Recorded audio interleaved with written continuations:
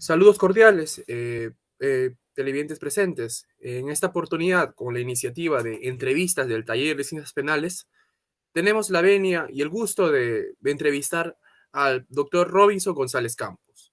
Robinson González Campos es abogado por la Universidad Nacional Mayor de San Marcos, magíster y doctor en Derecho Penal por la misma universidad.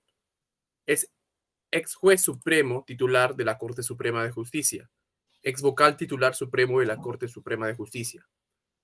Actualmente es profesor en la Universidad Nacional Mayor de San Marcos y abogado particular en materia del derecho penal. Muchas gracias por su presencia, doctor. Y Gracias continuemos. a ti, gracias a ti, Edgar David. Iniciando con las preguntas, todos conocemos que el derecho penal es conocido como un mecanismo de última ratio. Forma parte del derecho público que protege bienes jurídicos como la libertad y la vida. Ante ello se muestra un discurso racional y fundamentado que invita a muchos jóvenes estudiantes a especializarse en dicha rama. Al respecto, doctor, en su caso concreto, ¿cómo usted se enamoró del derecho penal?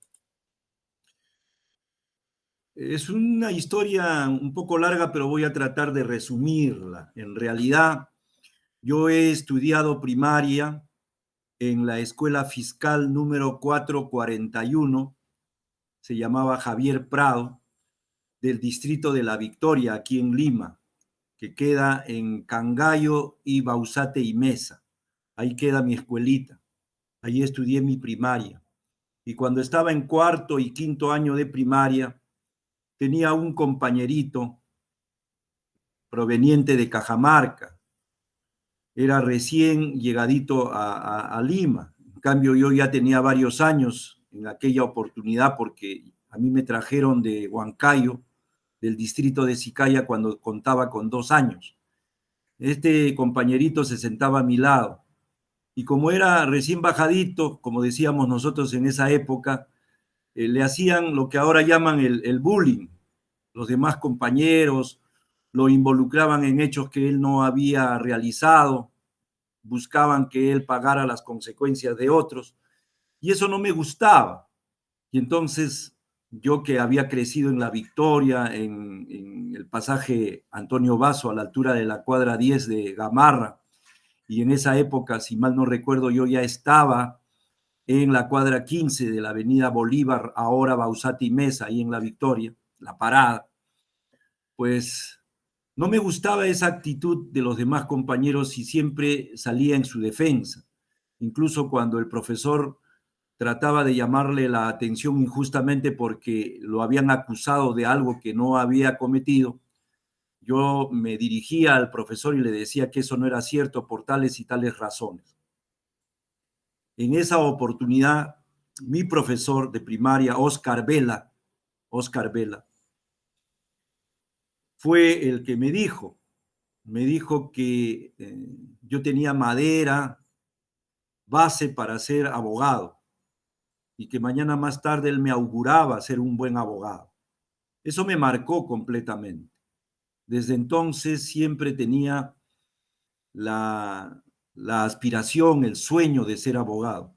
Y ser abogado penalista, ¿por qué? Porque en esa época se pasaban series en la televisión, como por ejemplo la de Perry Mason, me acuerdo, la de Perry Mason, donde había un personaje que era justamente él, que era un excelente abogado que investigaba, estudiaba, tenía una elocuencia forense extraordinaria, y así es como mi sueño era no solo ser abogado, sino ser abogado penalista.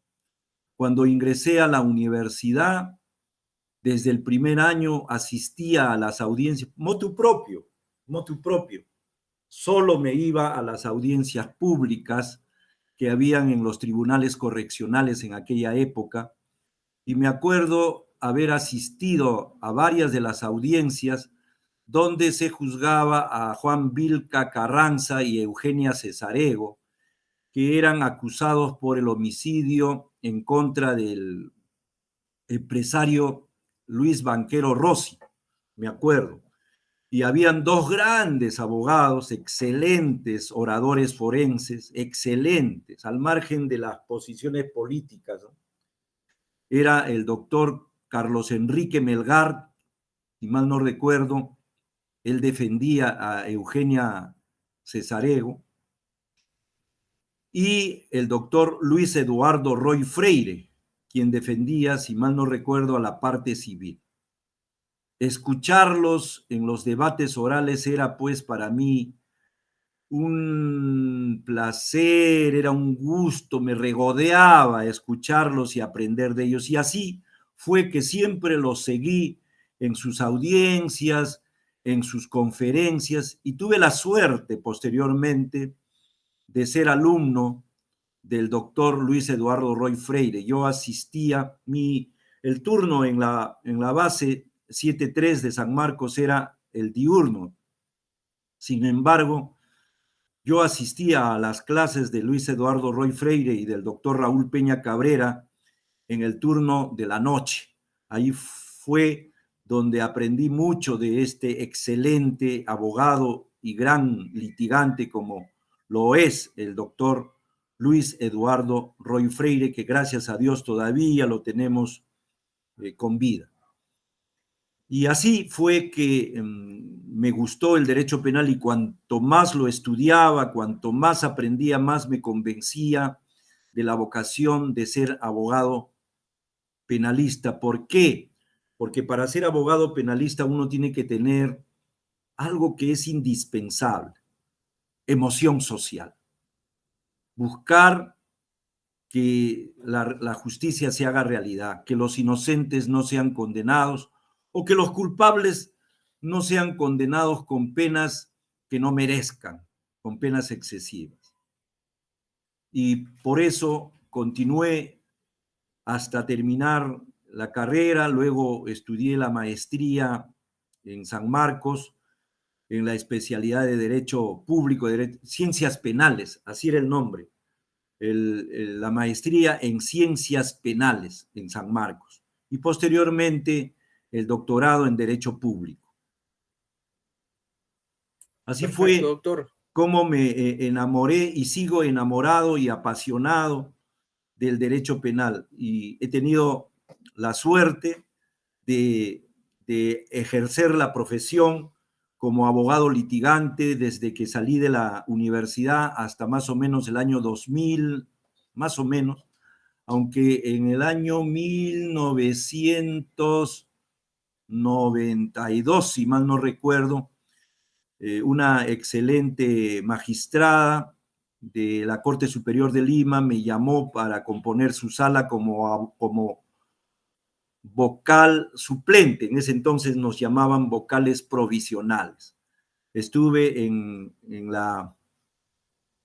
13º Tribunal Correccional. Allí estuve, y después, posteriormente, ya estuve en Lima Norte como también vocal provisional, vocal suplente en el año 2000, luego en Cañete, y posteriormente postulé ante el Consejo Nacional de la Magistratura y logré ser titular de la Corte Suprema de Justicia, vocal titular.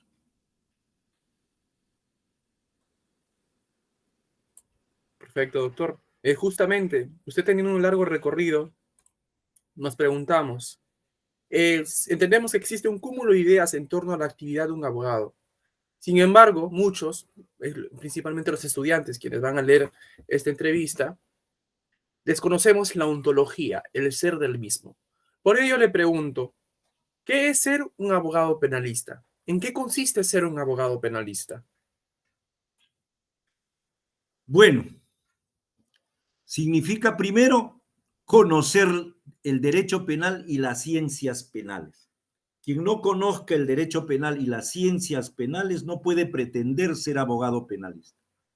Como yo siempre les digo a mis alumnos en San Marcos, tanto en el pre como en el posgrado, les digo: si ustedes no conocen el derecho penal y todas las ciencias penales, no van a ser penalistas, o en todo caso le llamarán penalistas porque serán abogados que dan pena, pero no porque realmente sean abogados penalistas. Eso es en primer lugar. En segundo lugar, como ya lo dije, tener emoción social, buscar aunque esta palabra está muy trillada y lamentablemente muy desprestigiada, buscar la justicia. Y 3, no tener prejuicios complejos. El abogado penalista tiene que saber que nuestra constitución y las leyes internacionales, supranacionales, establecen que el abogado penalista puede defender tanto al culpable cuanto al inocente. Al inocente para que no lo condenen injustamente y al culpable para que no le apliquen una pena desproporcional. Para eso. Y defender a cualquier sujeto que haya cometido cualquier delito. La Constitución, ni las leyes supranacionales, ni las normas, ni los tratados, ni los convenios supranacionales señalan hitos o prohibiciones. Tú no puedes defender a un narcotraficante, tú no puedes defender a un violador, y si defiendes a un narcotraficante, te haces narcotraficante. Si defiendes a un violador, te haces violador. Si defiendes a un terrorista, te haces terrorista. No. Esos prejuicios los tienen los que no conocen realmente lo que es ser abogado y lo que es el derecho de defensa. El derecho de defensa lo tiene el culpable y el inocente. En todas partes del mundo. En Estados Unidos jamás se les ocurrirá decir que un abogado que defiende a un terrorista, así sea de Irak, jamás podrán decir que ese abogado es terrorista o es proterrorista. Jamás se les va a ocurrir decir eso. Salvo, pues, que el abogado cruce la línea. Y acá tiene que ver lo deontológico, acá tiene que ver lo ético. El abogado puede recibir propuestas indecentes, y entonces tiene la oportunidad de responder un ratito. Yo soy tu abogado defensor, no soy tu cómplice.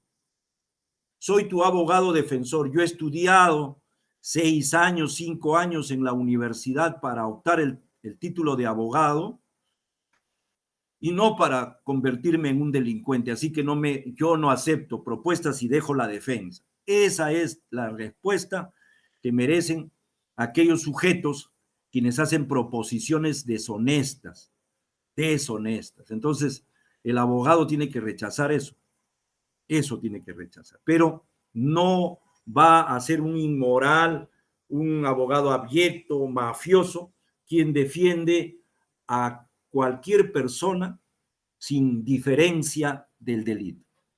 Yo he visto que hay grandes estudios que defienden a algunos que están acusados por tráfico de drogas, pero sin embargo ahí no aparece el nombre del dueño del estudio, sino buscan a un tercero que da la cara como abogado, pero ellos entre bambalinas están defendiendo. ¿Por qué? Porque tienen miedo a desprestigiarse. Y es que no se puede desprestigiar un abogado cuando ejerce la defensa limpiamente, cuando ejerce la defensa con sus conocimientos, con su habilidad en el litigio, con su elocuencia, etcétera. Jamás se puede desprestigiar. Se debe de desprestigiar ese abogado que cuando está en las audiencias no sabe qué decir, no conoce el caso, engaña a la gente, estafa a la gente, no estudia el expediente antes de tomar el caso, no estudia el expediente. Y entonces, con tal de ganar dinero, le dice al cliente, sí, yo te voy a sacar, vas a salir libre. Cuando tiene la oportunidad de decirle al cliente, tu situación es muy difícil, o sea, no vas a salir absuelto. Aquí lo que te conviene es declararte confeso, lo que te conviene es una conclusión anticipada, lo que te conviene es una terminación anticipada, pero aquí no vas a lograr la absolución. Y eso se dice después de haberse empapado, de haber estudiado con minuciosidad el caso, el expediente, las imputaciones, etcétera. Eso es lo que muchos abogados no hacen, y entonces la profesión del abogado está desprestigiada. La profesión está desprestigiada por estos malos abogados que buscan engañar a la gente. El abogado no es que no deba de cobrar cuando hace un diagnóstico del expediente. Uno cobra por hacer un diagnóstico del expediente. Yo estudio primero el expediente antes de asumir el caso. Y no porque yo solo voy a defender inocentes. Estudio el expediente y si se va a poder ganar el caso, le diré a mi cliente hay un 80, un 90% de posibilidades de sacar absuelto al cliente por estas razones. O decirle, no, hay un 10%, un 90% en contra. O es mejor que se declare confeso, etcétera. Entonces, eso es lo primero que uno debe de hacer. Y a partir de ahí, el cliente le dirá, sí, doctor, por favor, defiéndame. Usted no me va a engañar, no me está engañando, yo tengo confianza en usted. Y entonces uno puede defender tranquilo, sin falsas promesas. Esa es la ética del abogado. Y nunca cruzar la línea. Cruzar la línea significa, por ejemplo, un narcotraficante que me diga, quiero que usted vaya a Alemania a cobrar este cheque o a depositar este dinero. Aunque ahora ya no se hará eso, ahora pues todo es por computadora, por transferencia virtual, ¿no? O que alguien me diga, quiero que usted me guarde 3 millones de dólares o 4 millones de dólares en su cuenta o qué sé yo, entonces ya me estoy convirtiendo en un lavador de dinero. Ya no soy un abogado. En ese caso, ese abogado sí debe de ser investigado, juzgado y condenado porque está cometiendo lavado de activos, ¿no? Entonces, todas esas cosas hay que tomarlas en cuenta. Pero ejercer la profesión con dignidad, ejercer la profesión con lealtad al cliente al que te está dando de comer, no es antiético, no es antiético. Un acusado por violación no tiene abogado, lo defenderá un abogado público, un defensor público, y tan bueno como un abogado particular. Pero a ese defensor público no le van a decir, este es un abogado de violadores. Pero un abogado particular toma el caso de un sujeto que está acusado por violación y entonces lo anatemizan, lo critican, lo demonizan, etc. Continúo con la siguiente pregunta, doctor. Basándome en la obra de Domingo García Rada, Memorias de un juez, este advierte la falta de independencia del Poder Judicial. Entendiendo que usted estuvo en la judicatura, ¿considera usted, en su experiencia en la judicatura, que la administración de justicia no es independiente, como debería ser? Ya. En primer lugar, en ese libro, Domingo García Rada señala que él le fue a pedir favores a varios diputados, senadores de la época para que votaran por él. Eso ya no es ético. Eso ya no es ético, ¿no? Le fue a pedir favores, tenía que tener los favores, si no, no lo hubieran nombrado. Eso, yo cuando leí eso me chocó bastante, en realidad. Entonces, desde el nombramiento uno tiene que tener transparencia, haber sido nombrado sin ayuda, sin haber recurrido a nadie. Por eso yo saludo de que la Constitución señale pues a esta institución que era antes el Consejo Nacional de la Magistratura y ahora no sé cuál es el nombre, no me acuerdo en este momento. Consejo de Justicia, creo, el Consejo Nacional de Justicia, creo que se llama, algo así. Bueno, entonces es un ente autónomo que es el que designa a los magistrados. Ya no es el presidente de la República con el apoyo de la votación de los senadores, de los diputados, como era en esa época. Hablar de la independencia del Poder Judicial es hablar de los jueces, porque una cosa es la autonomía que le corresponde a la institución, al Poder Judicial en sí, y otra cosa es la independencia. En realidad, la independencia de los magistrados sí existe, sí existe. Hay magistrados independientes y hay que saludarlos y apoyarlos. Hay magistrados independientes. ¿Y quién es el magistrado independiente? El magistrado independiente es aquel que resuelve con libertad plena quien limita al juez, es, o lo que limita al juez, para hablar mejor, lo que limita al juez independiente única y exclusivamente es la Constitución y las leyes. El juez independiente no se puede ir más allá de la ley o más allá de la Constitución. ¿Por qué menciono la Constitución? Porque hay leyes que no son necesariamente compatibles con la Constitución. En ese caso, el juez debe de preferir la Constitución a la ley, inaplicar la ley inconstitucional en el caso concreto. Entonces, el juez independiente es el que resuelve de acuerdo a la Constitución, a la ley, a nadie más. No se deja presionar económicamente, no se deja presionar políticamente, no se deja presionar mediáticamente. A él lo llaman los superiores, le dicen, por favor, quiero que vea con mucho cariño este caso. Señor, ¿qué es lo que usted está haciendo conmigo? Es una falta de ética. O en todo caso, pues diplomáticamente le podrá decir, señor, disculpe, pero yo voy a resolver como debe de ser. Existen estas presiones, económica, política y mediática.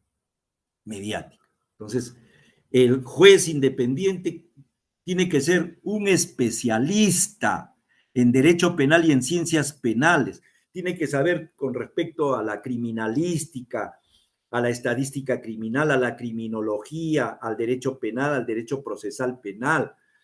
Debe conocer la teoría del delito, la teoría de la ley, la teoría de la pena. Y entonces, con estos conocimientos, cuanto más conoce, más poder tiene y más independencia tiene.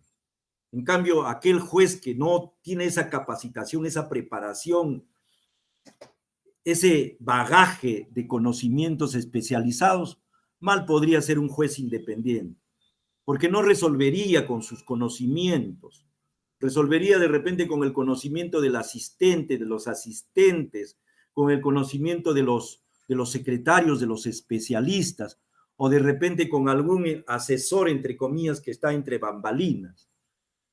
Entonces ahí, primero entonces, tiene que ser una persona que conozca, que resuelva de acuerdo a este criterio, que resuelva con imparcialidad, no se deje presionar por nadie.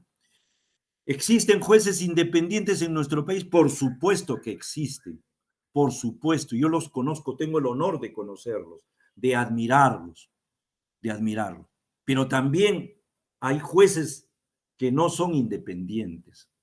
Como decía este gran conocedor del derecho constitucional, de los derechos humanos, gran conocedor del derecho en general, el señor Javier Valle Riestra decía, hay jueces que prefieren el plato de lentejas a la historia. Hay jueces que prefieren el plato de lentejas a la historia. Sí, también hay jueces que están pensando, ¿qué me dirá el control de la magistratura? ¿Qué me dirá la OCMA, la Oficina del Control de la Magistratura? ¿No? ¿Qué me dirán los medios? De repente me dan un periodicazo. Uy, los medios ya lo han condenado a este, ¿y cómo lo absuelvo? Si lo absuelvo, me van a decir la zamba canuta, la vela verde. De repente, el Consejo de Justicia, lo que era antes el Consejo Nacional de la Magistratura, no me ratifica. Cada 7 años me tienen que ratificar, de repente no me ratifica, entonces no, yo tengo que buscar que me ratifique, ¿no? O también habrá de los otros no hay que negarlo, habrá de aquellos jueces, pues, que caen en la tentación de la corrupción, Todo esto, no solo el dinero, ya les he dicho, la presión mediática, la presión política, hace que los jueces muchas veces no tengan independencia. Pero aparte hay otra cosita más. Y esto me costó a mí, proceso administrativo en el Consejo Nacional de la Magistratura, que a las finales logré ser absuelto, pero me fastidió. Un caso donde el Tribunal Constitucional había prácticamente ordenado que se haga algo que no es constitucional, que se aplique una ley que no estaba vigente, perdón, que se aplique una sentencia del Tribunal Constitucional que no estaba vigente, que todavía no se había publicado, no estaba vigente. Segundo, que se aplique una sentencia del Tribunal Constitucional retroactivamente, y eso no es posible. Entonces, nosotros dimos nuestro voto singular contra esto. ¿Por qué? Porque no podía aplicarse una sentencia transgrediéndose la Constitución. ¿Y qué hicimos? No aplicamos eso e hicimos nuestro voto singular. De todas maneras, los otros 4 votaron a favor, etcétera, etcétera. Bueno, ¿qué quiero decir? Que el Tribunal Constitucional está conformado por seres humanos, por hombres y mujeres en el Tribunal Constitucional. Si mal no recuerdo ahora, hay una presidenta, que es una mujer, una señora muy respetable para mí, muy respetable. Bien, pero ellos como seres humanos también hierran, fallan, se equivocan. Y entonces, si es que se equivocan, el juez no tiene por qué cumplir a rajatabla esa sentencia. Deberían de darle la oportunidad motivadamente para fallar en contra y decir, no, señor, yo no acepto esto, como lo hicimos nosotros. Como lo hicimos nosotros, y a las finales la Corte Suprema por unanimidad me absolvió de ese tema. Me absolvió. Una de las cosas que no lo dicen muchos es que a mí no me destituyeron. Yo no tuve ninguna sanción como magistrado de la Corte Suprema. Ninguna sanción administrativa, por inconducta funcional. Ninguna sanción. A mí no me ratificaron. No me ratificaron, pero eso es una cuestión ya personal. Entonces, la independencia también tiene que ver con que, como lo dice la ley orgánica del Poder Judicial, yo, juez, ¿me puedo desvincular de la jurisprudencia de la Corte Suprema? Antojadizamente, no. Sin motivación, no. En forma arbitraria, no. Motivadamente, sí. Fundadamente, sí. Entonces, eso es independencia. Los plenos jurisdiccionales no tienen por qué obligar así tajantemente a los jueces. No tienen, así sea de la Corte Suprema, porque los plenos jurisdiccionales también pueden ser materia de error, de equivocación, o sabe Dios qué, Por lo tanto, en nuestro país es verdad. ¿Te dan luces? Sí. ¿Que mayoritariamente hay que aplicar los plenos jurisdiccionales? Sí. ¿Que la jurisprudencia hay que aplicarla? Sí. ¿Que las sentencias del Tribunal Constitucional, que nos dan luces y que es el máximo intérprete de la Constitución, hay que aplicarlas en nuestras sentencias? Sí. Pero si nosotros detectamos algún error, alguna equivocación, alguna razón para no aplicarlas, pues no la aplicamos, no las aplicamos y señalamos en nuestros fundamentos cuáles son las razones por las que no debemos de aplicarlas. Eso es independencia. Eso es independencia. Y muchas veces los jueces no lo hacen por el temor a las represalias o porque simplemente no saben. En Colombia estuvimos en un acuerdo plenario en Colombia, lo que es el símil al acuerdo plenario, pero allá no sacan ningún acuerdo plenario que diga que los jueces deben de resolver en estos casos así, así. No, ellos, cuando nosotros le contábamos lo que ocurría acá, y decían, ¿y dónde está la independencia del juez? Si van a hacer lo que dice la Corte Suprema, si van a hacer lo que dicen los plenos jurisdiccionales, ¿dónde está el criterio? ¿Dónde está la independencia del juez? ¿Qué hacían en Colombia en estos acuerdos? De todos los jueces a nivel nacional estuvimos en uno. ¿Qué hacían? Terminaban su trabajo con proyectos de ley, con proyectos que modificaban la ley, sea penal, laboral, civil. Ellos habían obstáculos de interpretación, habían problemas de aplicación de las leyes, habían errores en las leyes, habían omisiones en las leyes y ellos terminaban con proyectos de ley y eso lo presentaban obviamente al Congreso colombiano para que puedan ser sacadas como ley y se modifique la ley. Pero no estaban en el plan de aceptar a rajatabla, así a ciegas, todo lo que digan los plenos o la jurisprudencia. Es muy importante la jurisprudencia, por favor, que no se me malinterprete. Muy importante la jurisprudencia. Nosotros utilizamos la jurisprudencia en nuestras defensas. Son muy importantes los plenos jurisdiccionales. En su mayoría son buenos, son atendibles, pero no todos, no todos, no todos. Perfecto, doctor. Si bien ya respondió la siguiente pregunta que le iba a plantear, pero sin ánimo de omitir dicha pregunta, le planteo, ¿cuál considera que son los principales problemas en la administración de justicia? Bueno, en primer lugar, se necesita que el Poder Judicial sea realmente autónomo. Y jamás va a poder ser autónomo cuando no le dan el presupuesto que la misma ley señala.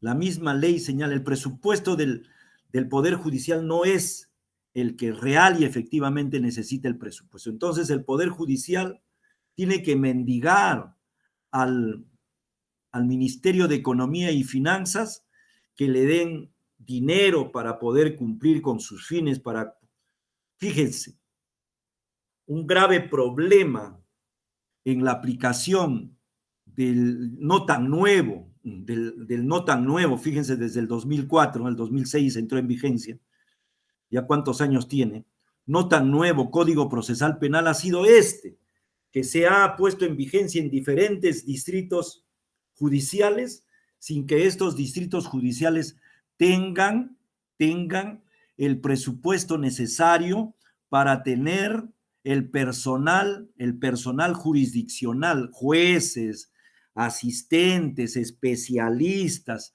necesarios, a tal extremo que habían jueces de paz que además de ser jueces de paz, en adición, esa es la palabreja que se utilizaba, en adición a sus funciones, actuaban como jueces de investigación preparatoria.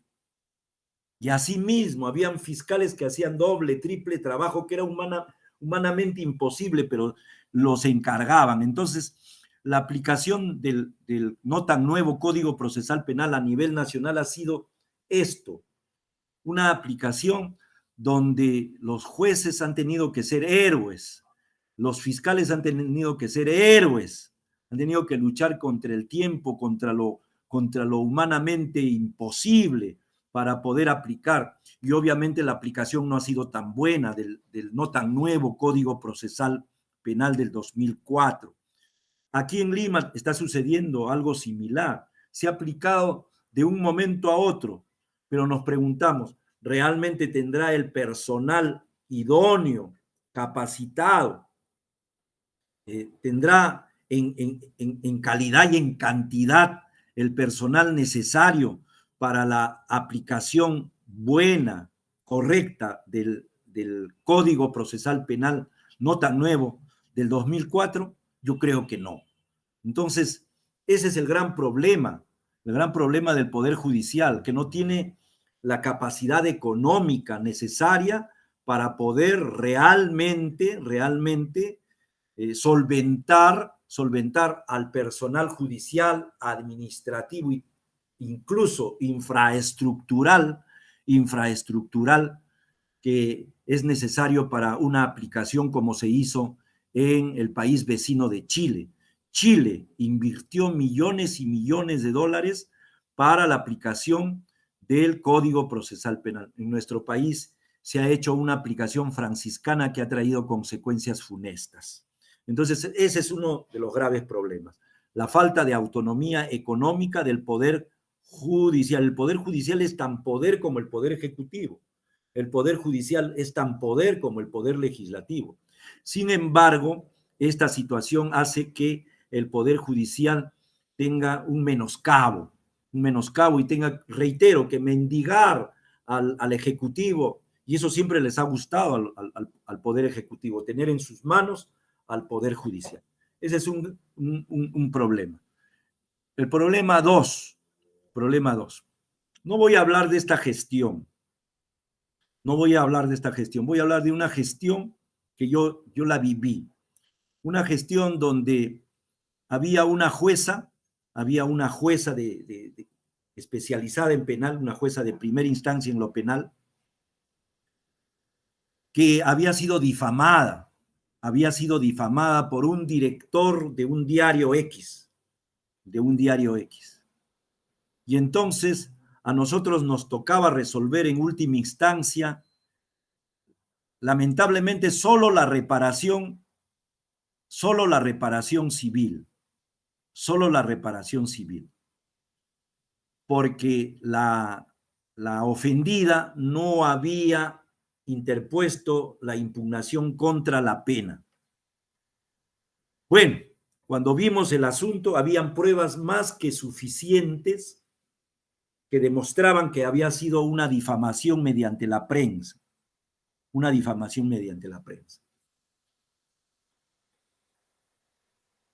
Y reitero, no se podía modificar la pena porque la ofendida no había interpuesto la impugnación contra la pena.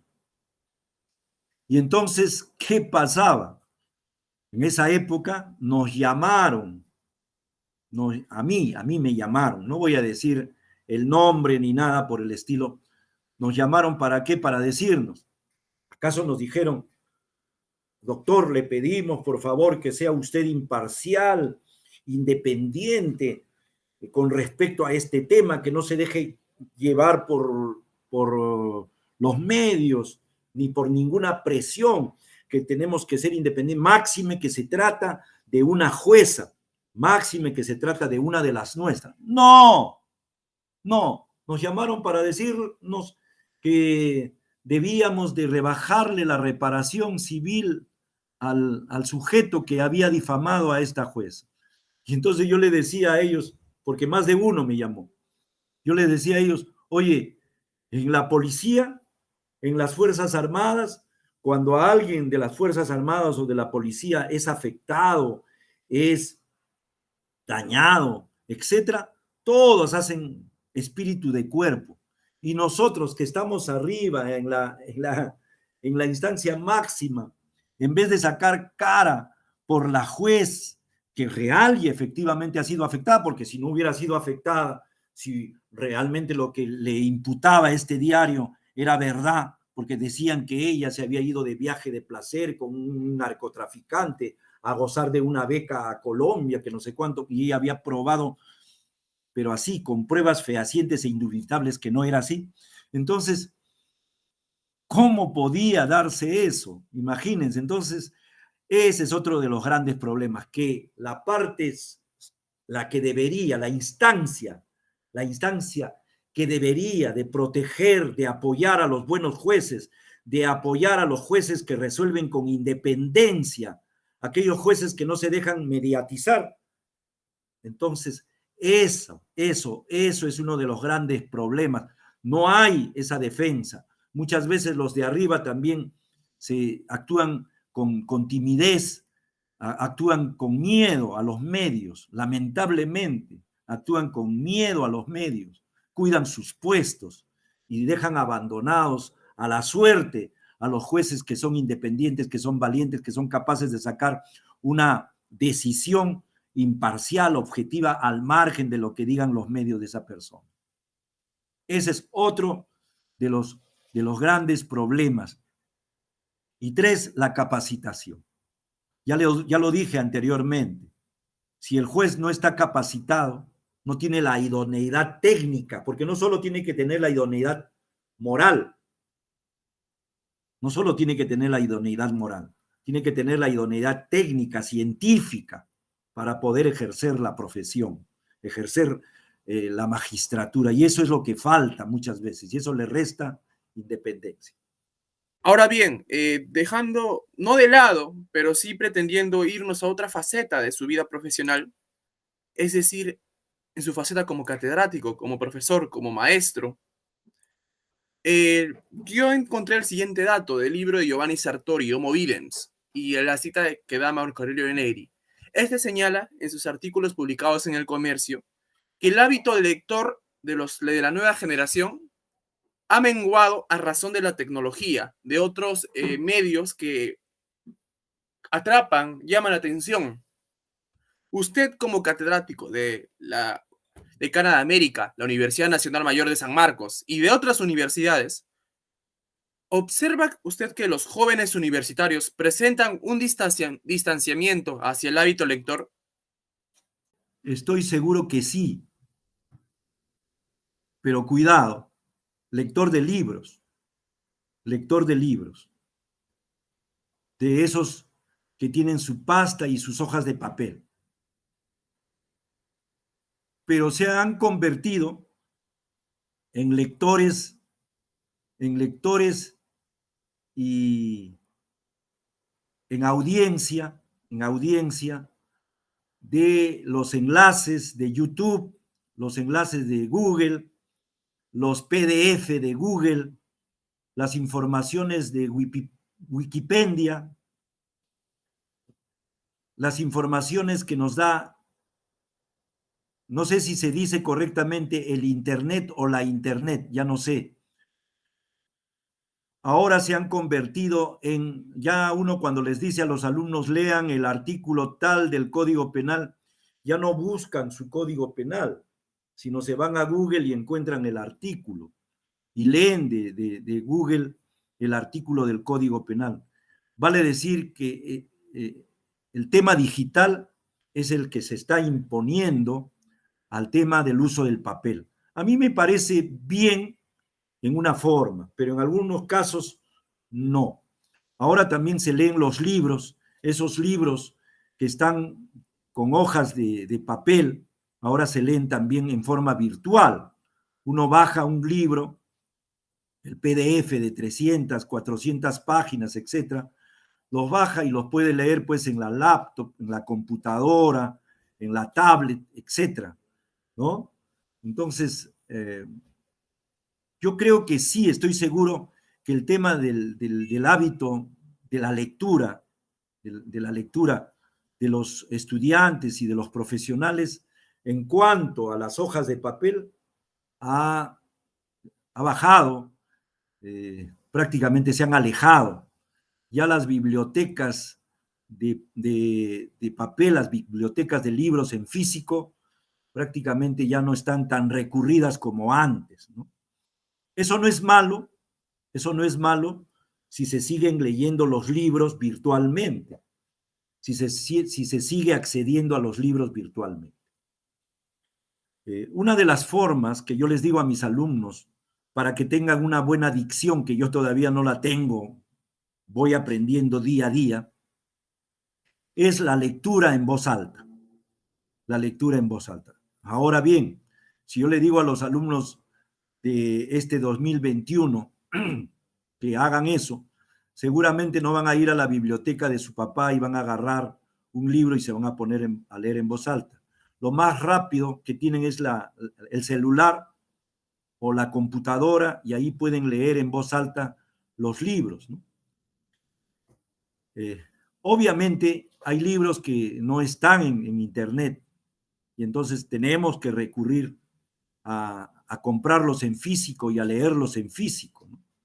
Como gracias a ti, yo lo estoy haciendo últimamente porque como por la pandemia yo no puedo salir, a pesar de ser un biblómano, hemos conseguido algunos libros a un precio menor y que tienen que ver no solo con nuestra carrera, sino también tienen que ver con la literatura, ¿no? Con la literatura. Gracias a ti he conseguido 2 libros de literatura. También he comprado en Crisol virtualmente últimamente un libro. de literatura. Me encanta la literatura, me encanta la poesía, me encanta la música. El arte no es incompatible, no es incompatible con ninguna profesión y por lo tanto, en la medida en que los jóvenes, sobre todo los jóvenes, los que ya están viejos, ya es muy difícil de cambiarles el hábito. El viejo sigue leyendo sus libros y me parece muy bien, me parece muy bien. Pero en cuanto a los jóvenes, yo les sugiero que hagan una mixtura, que lean los libros clásicos y que lean también los libros virtualmente, no hay ningún problema, pero que lean, que no pierdan ese hábito, como tú le llamas o como Marco Aurelio de Negri lo llama el hábito lector, que no pierdan el hábito lector. Es muy importante para cualquier profesión, para cualquier profesión. La mejor forma de aprender la ortografía es leyendo, leyendo. El que lee no sabrá si es esdrújula, sobre esdrújula, grave, llana, si lleva tilde, no lleva tilde. No, el que lee por la memoria fotográfica al escribir tiene una buena ortografía. O sea, no solamente para conocer, sino hasta para saber escribir, para saber hablar, para saber dirigirse. Hay que leer. El que no lee, el que no lee está perdido. Está perdido, es un mediocre. De eso estoy completamente seguro. Pero, ya les digo, ahora no podemos hablar de la lectura en físico, sino de la lectura virtual también. Perfecto, doctor. Justo hay un libro de Giovanni Sartori quien habla del Homo Videns en esta sociedad, es en esta sociedad virtual, virtualizada, y comenta la problemática que hay en Europa en los 80, pues ese ensayo se escribió en los 80, de cómo los estudiantes universitarios ha decrecido su hábito lector. Pero bueno, quiero atreverme, si bien no está en la lista de preguntas que le he enviado, quiero atreverme a preguntarle lo siguiente, si es bienvenido por usted. Julio Ramón Ribeiro señalaba que los burócratas, o bueno, los abogados, tienden a ser por dentro literatos. Este es un guiño a su otra faceta, más allá del catedrático, sino su faceta como artista. Bien usted señaló que le gusta la literatura. Yo le pregunto a usted, doctor, ¿cómo usted, entendiendo que el derecho, la actividad dogmática es bastante formal, cómo usted logró dar en concordia su otra faceta, que es la del artista, la del creador de boleros, la del compositor? ¿Cómo dio usted en concordia ambas dimensiones? Voy a hacer una comparación de repente burda, una comparación burda. Yo no he jugado fútbol, pero he sido menos que mediocre en el fútbol. Nunca he sido bueno. Pero hay jóvenes y ahora ya viejos que han sido excelentes jugadores, excelentes futbolistas. El fútbol para ellos es una pasión.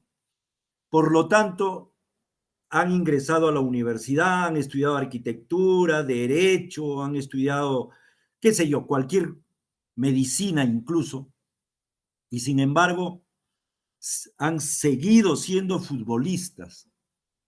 Los días libres, algunos los días jueves, otros los días sábados, los días domingos, etcétera. El día libre para ellos era simplemente irse a una cancha de fútbol y jugar el fútbol, jugar al fútbol.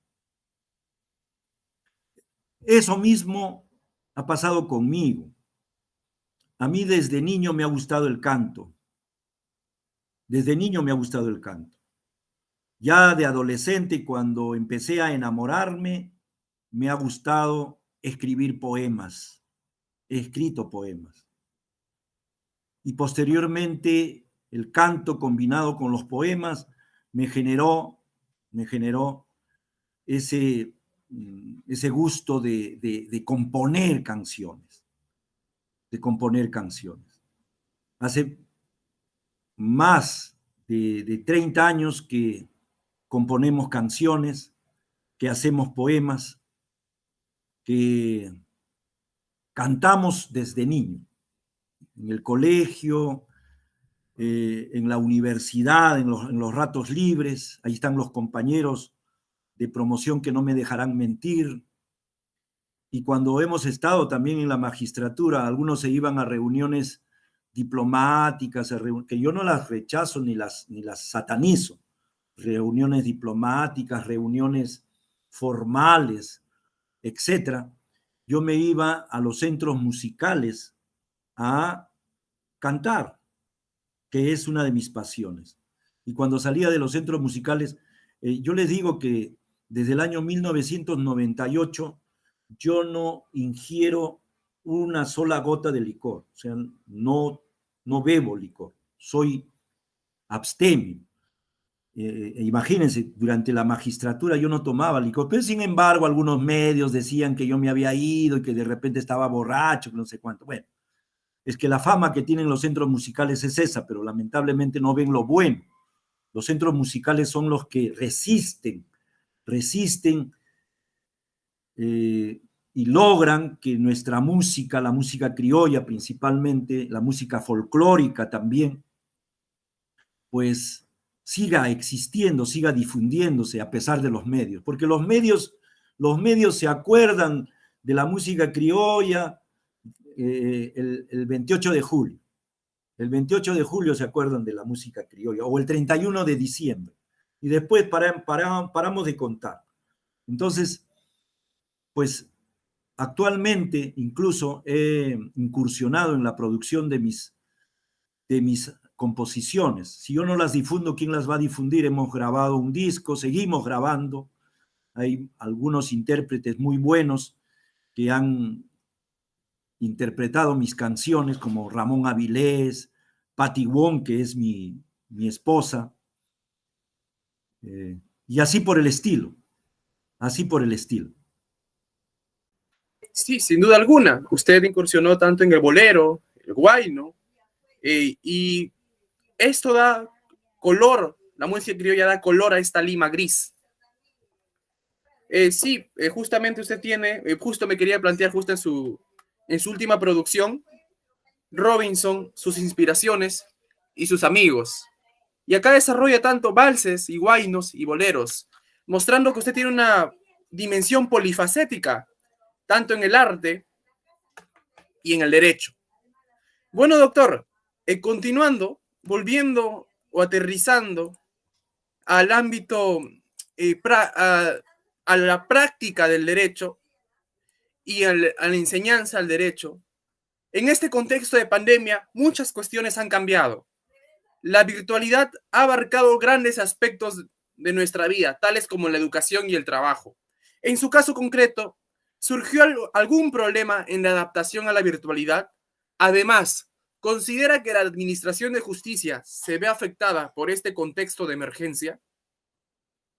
Bueno, una respuesta a la primera parte de tu pregunta es que en un principio realmente no sabía qué hacer.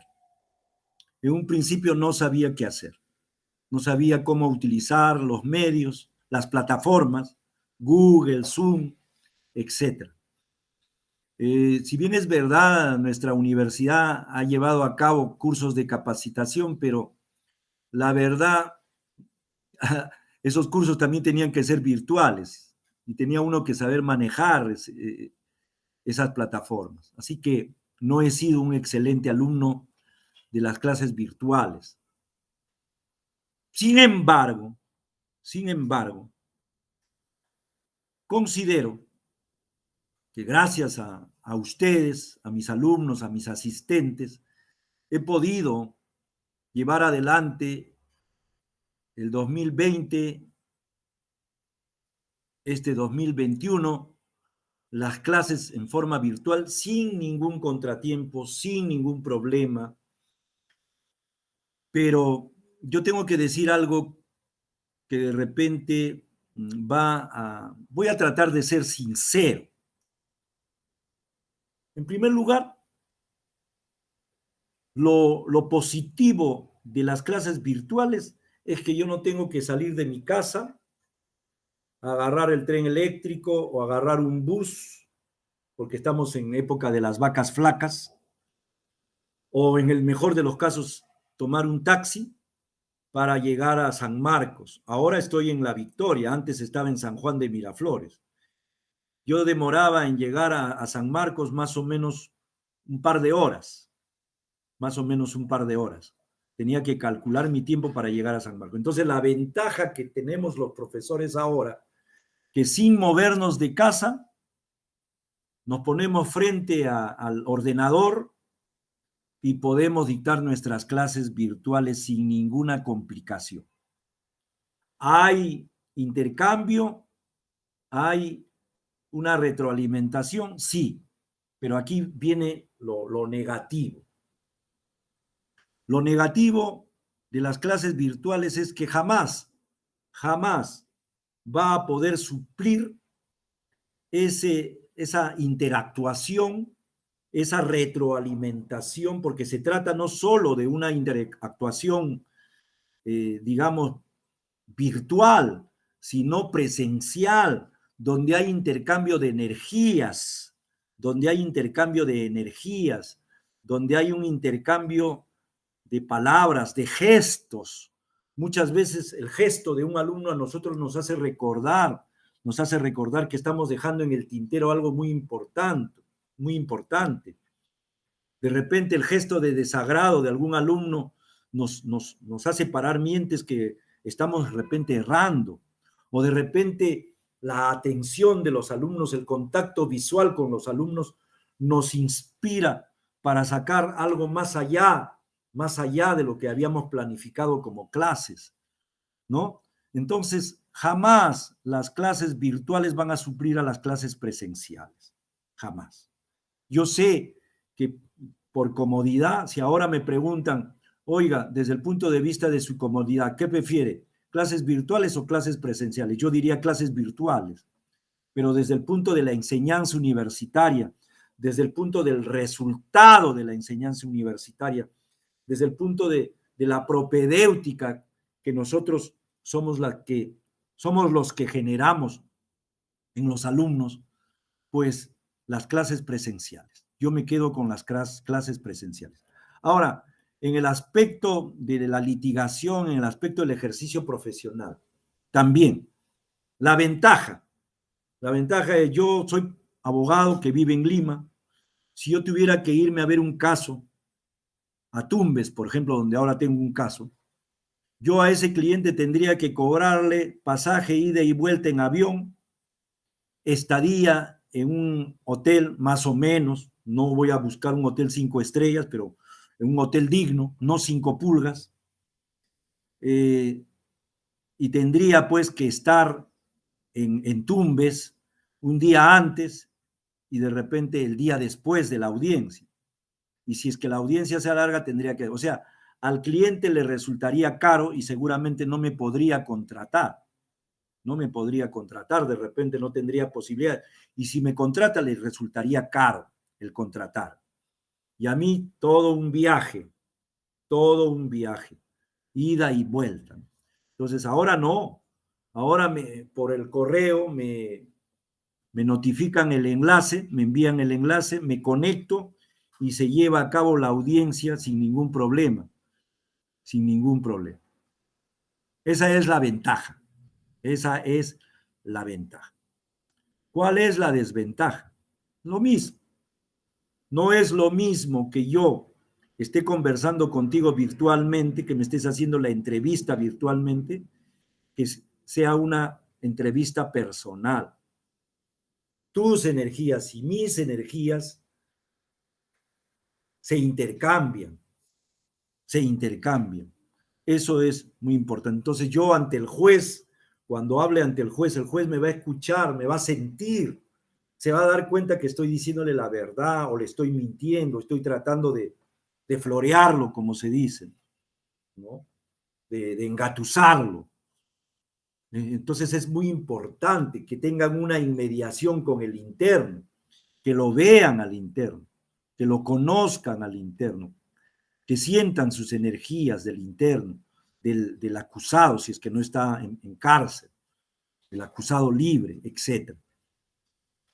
Y también la desventaja es que el no trabajo presencial de los auxiliares, de los trabajadores del Poder Judicial, ha hecho que haya un retraso inconmensurable, inconmensurable. Y entonces los abogados también nos sentimos impotentes muchas veces de cómo nos comunicamos con el juez. Claro que hay el famoso mesa de atención al usuario, creo que es el MAU, ¿no? La mesa virtual de atención al usuario, el MAU, donde uno puede pedir cita para conversar con el relator, etcétera, etcétera, pero no es igual, no es igual. No es igual ir a la mesa de partes y decir, señor, ¿cuál es el estado de mi expediente? ¿Cuál es el estado de mi expediente? Me parece que en la vía civil, en los procesos civiles, sí, los abogados pueden ver cuál es el estado. En el ámbito penal nosotros entramos al SINOE y nos vamos a encontrar con que hay a nuestra casilla electrónica, están las notificaciones, pero no nos ponen cuál es el estado de nuestro expediente. Entonces, esto ha producido un retraso inconmensurable. No sé si algún día se pondrán al día. Sabemos que cuando el tema, antes de la pandemia, sabemos que había sobrecarga procesal, por lo que ya he dicho y no voy a repetir, ¿no? Por las deficiencias económicas que tiene el Poder Judicial. Hay una sobrecarga procesal. A los secretarios los hacen trabajar como esclavos en pleno siglo XXI, a los especialistas los hacen trabajar como esclavos, ¿no? En la casa del herrero, cuchara de palo, como ya lo han dicho, a los propios trabajadores del Poder Judicial, pues les aplicaban el CAS, les aplicaban contratos de 3 meses, ¿no? Entonces, es una cosa increíble, pero eso ocurre. Si eso ocurría antes de la pandemia, imagínense ahora cómo están con la sobrecarga procesal. Muy bien, doctor. Arribando a nuestra penúltima pregunta, en cuanto a las cárceles, el Tribunal Constitucional, en la sentencia recaída, en la sentencia número 19 del 2005, entre las fojas 37 y 38, adopta una teoría unificadora, es decir, mixta, teoría la cual abarca tanto su aspecto retributivo como preventivo, en sus dos modos. En la práctica, en la realidad, más allá del discurso, ¿cree usted que la pena logra resocializar a quien cometió el delito? Y si no es así, ¿cuál considera que son los grandes problemas de nuestro sistema penitenciario? En primer lugar, existe desde el punto de vista doctrinario, de la ciencia penitenciaria, del derecho penitenciario, existen grandes estudios, grandes objetivos. Asimismo, desde 1900, si mal no recuerdo, 55, imagínense cuántos años tiene 66 años, un año después de que yo nací. Una institución de Naciones Unidas publicó los criterios para llevar adelante una buena administración penitenciaria. Pero imagínense, ahí están las vigas maestras, de la ciencia penitenciaria en esa publicación de Ilanut.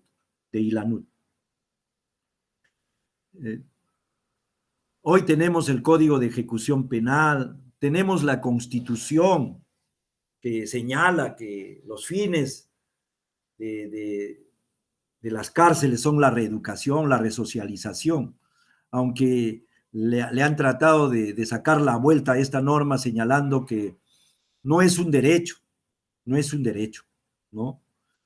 En realidad, esas son las cuestiones teóricas, académicas, doctrinarias, legislativas. Pero me pregunto si en cárceles como Lurigancho, que más o menos en el 2014, 2013, era la segunda peor cárcel en el mundo después de México. La segunda peor cárcel en el mundo después de una cárcel de Querétaro, creo, en México. Imagínense cómo puede haber reeducación, rehabilitación, resocialización.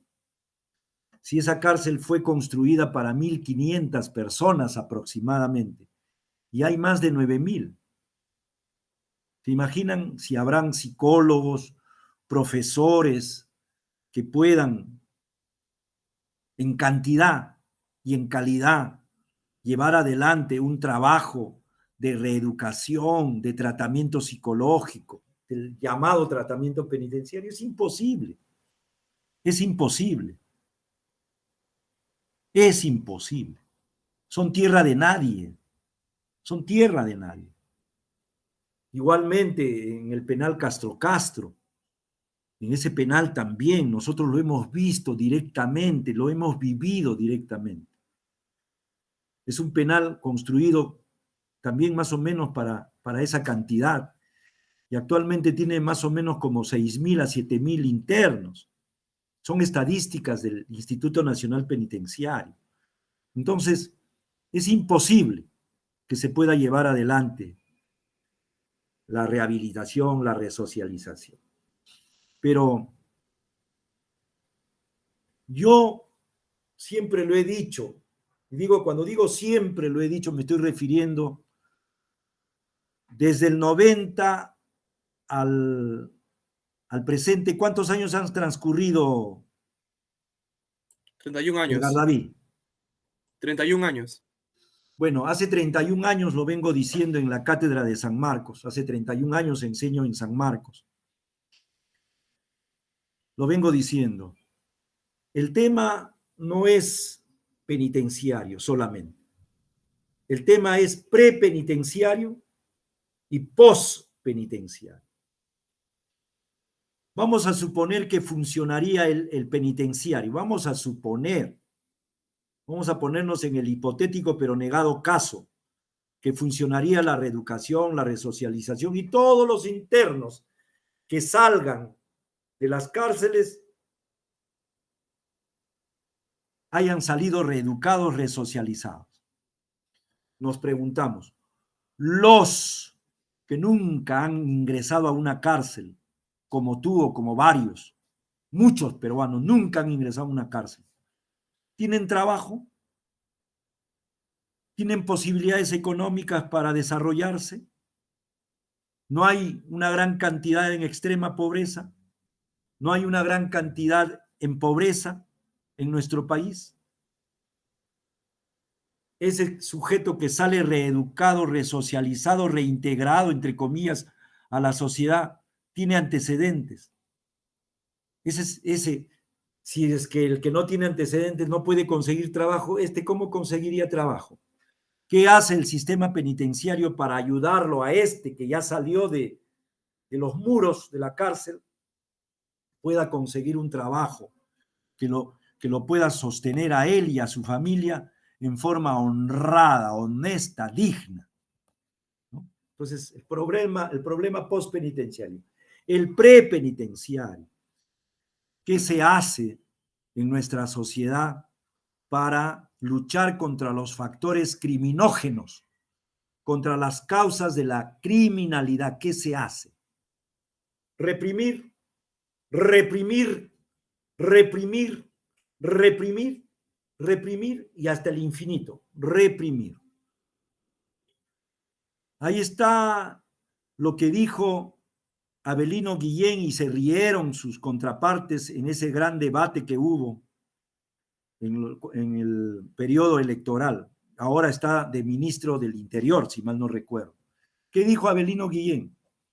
Que nos preocupamos solamente por esto, por reprimir, reprimir, reprimir, y nada se hace por las causas de los delitos. ¿Y cuáles son las causas de los delitos? Lo digo siempre en clase. Mala economía, mala política económica, mala política laboral, mala política educacional y mala política de salud. Esas son las causas de los delincuentes que tenemos, de los delincuentes que están arriba, que están en el medio y que están abajo, de los delincuentes que caen en las cárceles y de los delincuentes que no caen en las cárceles. Entonces, el tema no es solamente penitenciario. Y fracasa la cárcel, fracasa el derecho penitenciario, fracasa la ciencia penitenciaria, porque se le hace fracasar debido a que, así como el derecho penal no es solución para el delito per se, por sí solo, la ciencia penitenciaria y el derecho penitenciario tampoco. Es un tema macro, es un tema de política social general. Dentro de la política social general está la política criminal. Esta política criminal es una, como lo decía un profesor, ¿no? Un profesor decía, es una criminal política. La política criminal que tenemos es una criminal política. Es una política del golpe por golpe, ya lo decía el maestro José Hurtado Pozo en los años 78. Decía, es una política del golpe por golpe. ¿Ah? Más delito, más pena, más delito, más pena, más delito, más pena. Eugenio Raúl Zaffaroni, ¿qué dice? Los congresistas salen a sus 5 minutos de televisión y dicen, vamos a aumentar la pena, cero tolerancia. Lo decía Toledo. Cero tolerancia a la delincuencia. Lo decía Toledo. Huelgan comentarios. Entonces, no es un tema solamente del derecho, no es un tema del derecho, no es un tema de las ciencias penales, única y exclusivamente. Espero haber respondido tu pregunta. Duda alguna, este es un tema oceánico y de gran debate. Ahora bien, planteando la última pregunta y volviendo, retomando su faceta como maestro, como profesor, para finalizar, ¿qué mensaje daría usted a la nueva generación de penalistas? Es decir, a los estudiantes universitarios de la Facultad de Derecho y a los egresados que están incursionando en la práctica profesional. Había un periodista deportivo, no me acuerdo, creo que se apellidaba Iglesias se apellidaba, un excelente periodista deportivo. Y me gustaba su frase. No se olviden que al que estudia, triunfa. Lo primero que yo tengo que recomendarles a los abogados en ciernes, a los estudiantes de derecho, es estudien, estudien y estudien. Y luego practiquen, practiquen, estudien, practiquen, estudien, practiquen. Eso tienen que hacer. El que no estudia, el que no se especializa, el que no es un lector empedernido, es un lector empedernido, no va a lograr gran cosa en el ámbito del derecho. El derecho es estudiar, estudiar, estudiar y estudiar. Y lean los 10 mandamientos del abogado, de Couture, los 10 mandamientos del abogado. Es muy importante, eso él lo resume con la experiencia. Y si van a ser jueces, tengan eso que les falta a muchos, templanza, valentía. Y valentía no significa no tener miedo. El cobarde se deja vencer por el miedo. Todos tenemos miedo. El valiente es el que vence al miedo. Tengan valentía para que realmente sean independientes. No se dejen guiar ni por la presión económica, ni por la presión mediática, ni por la presión política. Déjense guiar por su conciencia, por sus valores, por sus conocimientos y por eso que no les debe de faltar emoción social. Comprendan que todos, el inocente y el culpable, son seres humanos y no dejan de ser seres humanos. Y siempre tenemos que preguntarnos cuando vemos a un joven como ese joven bien conocido como el Gringallo, por ejemplo, el Gringallo, o esa chiquita que mató fríamente a un mozo en un restaurante, le decían, creo, la gata. Tenemos que preguntarnos siempre, ¿cuándo empezó a joderse el Gringallo? ¿Cuándo empezó a joderse la gata? ¿Acaso hay delincuencia genética? ¿Acaso estamos en la época del Lombroso que podemos decir que el delincuente nato existe? No, señores, hay una interinfluencia.